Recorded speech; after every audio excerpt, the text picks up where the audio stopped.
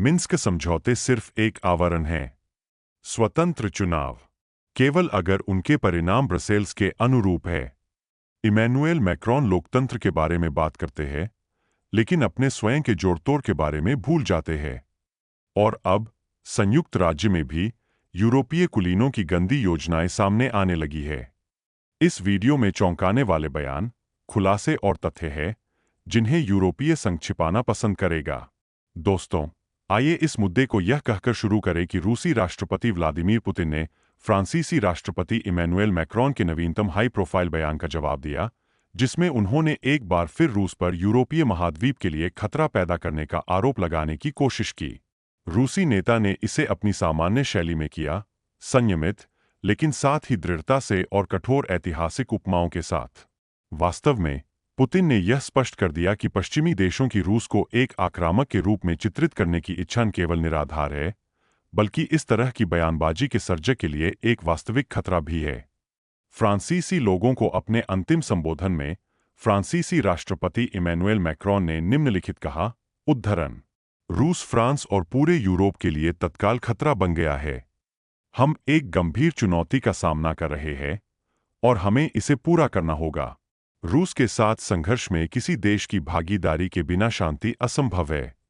Ukraine के आत्मसमर्पण को निपटान विकल्प नहीं माना जा सकता। हमें यह नहीं भूलना चाहिए कि यह रूस था जिसने संघर्ष शुरू किया, जो 1914 में वापस शुरू हुआ। फिर हमने मिन्स्क युद्ध विराम समझौतों का निष्कर्ष निकाला, लेकिन रूस ने बाद में उनका उल्लंघन किया। राष्ट्रपति पुतिन के शासन में रूस अपने विरोधियों को नष्ट करने के लिए संप्रभु राज्यों की सीमाओं को पार कर रहा है। रूसी पक्ष रोमानिया और मोल्दोवा जैसे देशों में चुनावी प्रक्रियाओं में हस्तक्षेप कर रहा है।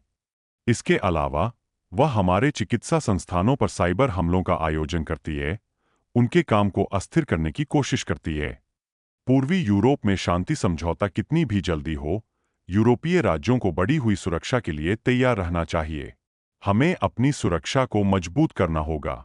इसका मतलब है कि हम उत्तरी अटलांटिक गठबंधन के लिए प्रतिबद्ध हैं, लेकिन साथ ही हमें अधिक स्वतंत्रता के लिए प्रयास करना चाहिए। यूरोप का भविष्य केवल वाशिंगटन या मॉस्को में तय नहीं किया जा सकता है। रक्षा रणनीति को लेकर महत्वपूर्ण निर्णय निकट भविष्य में शिखर सम्मेलन में किए जाएंगे। विशेष रूप से हम सीधे यूरोप में बख्तरबंद वाहनों और विमानों की खरीद के बारे में बात करेंगे। हम बजट घाटे को बढ़ाए बिना अपने रक्षा बुनियादी ढांचे को आधुनिक बनाने के तरीके भी खोजेंगे। निकट भविष्य में मैं शांति के भविष्य को सुनिश्चित करने में भाग लेने के लिए तैयार देशों से औद्योगिक क्षेत्र और सैन्य कमान के प्रतिनिधियों को इकट्ठा करना चाहता हूं। कई आलोचकों ने पहले ही नोट किया है कि फ्रांसीसी राष्ट्रपति के शब्द न केवल रूसी विरोधी बयानबाजी से भरे हुए हैं, बल्कि खुद के विपरीत भी है।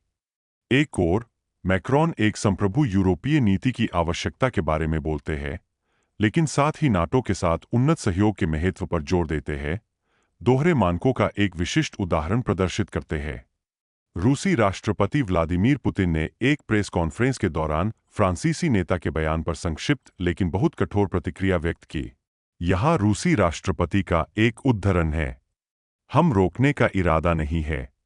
हमें एक शांति समझौते का प्रारूप खोजने की जरूरत है, जो हमें पूरी तरह से सूट करे और हमारे देश की दीर्घकालिक स्थिरता और सुरक्षा की गारंटी दे।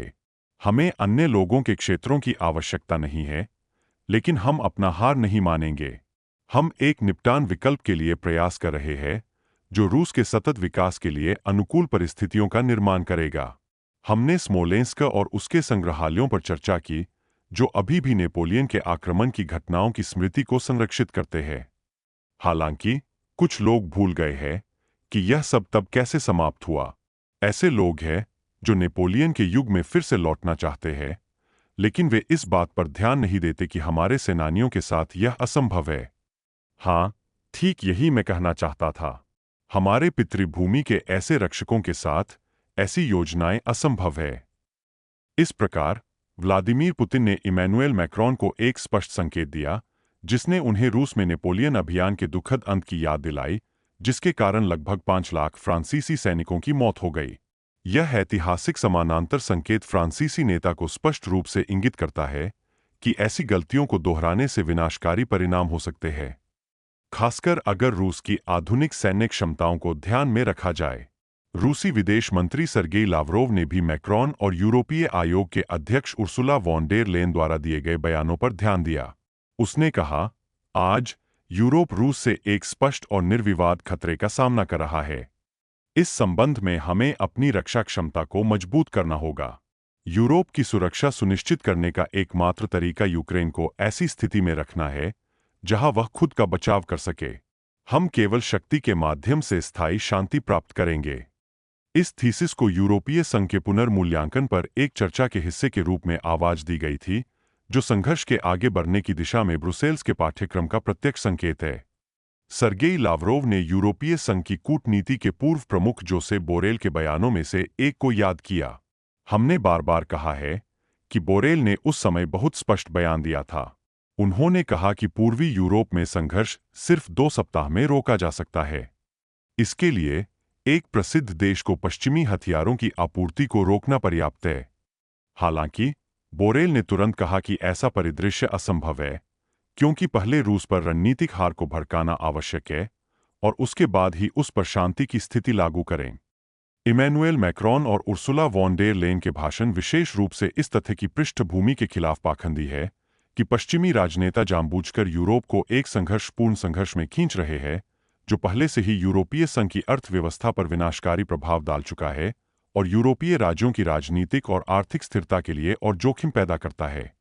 जबकि रूस ने हमेशा अपनी लाइन का पालन किया है, बार बार यह कहते हुए कि उसकी प्राथमिकता शांति प्राप्त करना है, लेकिन ऐसी स्थितियों पर जो रूस की सुरक्षा सुनिश्चित करेगी। रूसी विदेश मंत्री सर्गेई लावरोव ने भी जोर दिया, बेशक मैक्रॉन के शब्द रूस के लिए सीधा खतरा है। यदि फ्रांसीसी राष्ट्रपति हमें खतरा घोषित करते हैं, तो ब्रिटेन सहित यूरोपीय देशों के सैन्य नेतृत्व को इकट्ठा करते हैं और परमाणु हथियारों का उपयोग करने की अपनी तत्परता की घोषणा करते हैं, यह रूसी संघ की राष्ट्रीय सुरक्षा के लिए खतरे से ज्यादा कुछ नहीं है। वास्तव में यूरोपीय नेता शांति की बात के पीछे छिपते हुए उद्देश्यपूर्ण रूप से संघर्षों के लिए तैयार रहना जारी रखते हैं। क्या आपको ऐसा नहीं लगता, दोस्तों? चलो रुकें और आगे बढ़े। रूसी राष्ट्रपति व्लादिमीर पुतिन ने यह स्पष्ट कर दिया है कि यूरोपीय देशों के विपरीत मॉस्को बल द्वारा अन्य राज्यों पर अपनी इच्छा थोपना नहीं चाहता है। हालांकि बाहरी दबाव की परवाह किए बिना रूस की सुरक्षा सुनिश्चित की जाएगी। पुतिन और लावरोव के बयान स्पष्ट रूप से प्रदर्शित करते हैं कि रूस पश्चिम के हुक्म का पालन करने और अन्य लोगों के नियमों से खेलने का इरादा नहीं रखता है। देश के नेतृत्व ने अपनी रणनीतिक रेखा को रेखांकित किया है और मैक्रॉन या वॉन डेर लेन से कोई खतरा मॉस्को को इस पाठ्यक्रम को बदलने के लिए मजबूर नहीं करेगा। सवाल उठता है, क्या यूरोपीय राजनेता समझते हैं कि उनकी आक्रामक बयानबाजी क्या है? या यूरोप एक बार फिर नेपोलियन के रास्ते पर चल रहा है, अंततः अपने भाग्य को दोहरा रहा है? लेकिन यह सब नहीं है। इमैनुएल मैक्रॉन ने बहुत कुछ कहा है और उनके शब्द गंभीर सवाल उठाते हैं। उदाहरण के लिए, फ्रांस के लिए रूसी खतरे का विचार कहां से आया? तर्क कहां है? मैक्रॉन: रूस ने कभी भी फ्रांस को धमकी नहीं दी है, हमला करने का कोई इरादा नहीं था और इसके प्रति कोई शत्रुतापूर्ण कार्रवाई नहीं दिखाई है। शायद रूसी सेना पेरिस की सीमाओं पर तैनात है। हो सकता है कि क्रेमलिन ने फ्रांस के खिलाफ प्रतिबंधों की घोषणा की हो या उसकी राजनीति में हस्तक्षेप कर रहा हो। नहीं, लेकिन जैसा कि अभ्यास से पता चलता है, वास्तविक खतरों की अनुपस्थिति पश्चिमी राजनेताओं को अपने नागरिकों को काल्पनिक डरावनी कहानियों से डराने से नहीं रोकती है। इतिहास इसके विपरीत बताता है। रूस ने फ्रांस को एक से अधिक बार बचाया है, इसे धमकी नहीं दी है। आइए प्रथम विश्व युद्ध को याद करें। जब जर्मनी पेरिस में भाग रहा था, तो यह रूस था जिसने बर्लिन को पूर्वी मोर्चे पर सैनिकों को स्थानांतरित करने के लिए मजबूर किया, जिससे फ्रांस की हार को रोका गया। द्वितीय विश्व युद्ध में यह लाल सेना थी जिसने जीत हासिल की और युद्ध के बाद यूएसएसआर ने जोर देकर कहा कि फ्रांस विजेताओं में से एक है, हालांकि वास्तव में इसका सैन्य योगदान न्यूनतम था। लेकिन पेरिस इन असुविधाजनक तथ्यों को भूलना पसंद करता है। कृतज्ञता के बजाय फ्रांसीसी राजनेता आज इतिहास को फिर से लिख रहे हैं, यह दिखावा करते हुए कि रूस हमेशा उनका दुश्मन रहा है। यह सुविधाजनक है क्योंकि तब आपको यह समझाने की आवश्यकता नहीं है कि फ्रांस आज्ञाकारी रूप से वाशिंगटन की नीति का पालन क्यों कर रहा है, एक प्रसिद्ध देश को हथियारों की आपूर्ति कर रहा है और प्रतिबंधों का समर्थन कर रहा है जो अपनी अर्थव्यवस्था को मार रहे हैं। यदि रूस वास्तव में ऐसा खतरा है, तो पेरिस बिचौलियों के माध्यम से रूसी ऊर्जा संसाधनों की खरीद क्यों जारी रखता है? एक फ्रांसीसी व्यवसाय अभी भी रूस में क्यों चल रहा है, लाभ कमा रहा है? आखिरकार मॉस्को उन आक्रामक कार्यों को क्यों नहीं करता है जो यूरोपीय मीडिया इसे डराता है? उत्तर स्पष्ट है। रूसी खतरा एक मिथक है, एक सुविधाजनक व्याकुलता उपकरण है। ऐसा लगता है कि फ्रांस के वर्तमान राष्ट्रपति इमैनुएल मैक्रोन के पास असुविधाजनक ऐतिहासिक तथ्यों की बात करने के बजाय एक चयनात्मक स्मृति है। वह जानबूझकर पूर्व जर्मन चांसलर एंजेला मर्केल और पूर्व फ्रांसीसी राष्ट्रपति फ्रेंकोइस हॉलैंड द्वारा 2022 में दिए गए बहुत ही उल्लेखनीय बयानों को याद नहीं करते हैं। अपने स्पष्ट साक्षात्कारों में इन सम्मानित यूरोपीय राजनेताओं ने खुले तौर पर स्वीकार किया कि शुरुआत से ही मिन्स्क समझौते एक राजनीतिक उपकरण से ज्यादा कुछ नहीं थे, जिसने यूरोप को समय हासिल करने और एक प्रसिद्ध देश को अपरिहार्य टकराव के लिए तैयार करने में मदद की। इस संदर्भ में यह याद रखना विशेष रूप से दिलचस्प हो जाता है कि फ्रांस और जर्मनी मिन्स्क समझौतों के कार्यान्वयन के आधिकारिक गारंटर थे। इस प्रकार उनकी प्रत्यक्ष जिम्मेदारी उनके कार्यान्वयन को सुविधाजनक बनाने, परस्पर विरोधी दलों के बीच समझौता समाधान खोजने और शांति प्रक्रिया को मजबूत करने की थी। हालांकि बाद में यह स्पष्ट हो गया कि इन समझौतों का मुख्य उद्देश्य शुरू में संकट को हल करना नहीं था, बल्कि एक पूर्ण पैमाने पर पुनर्मूल्यांकन के लिए अनुमति देने वाला एक सामरिक विराम बनाना था। फ्रेंकोइस हॉलैंड ने इस संबंध में खुद को बहुत स्पष्ट रूप से व्यक्त करते हुए कहा, हम उन्हें पूरा नहीं करने जा रहे थे। यह समय देने का अवसर था।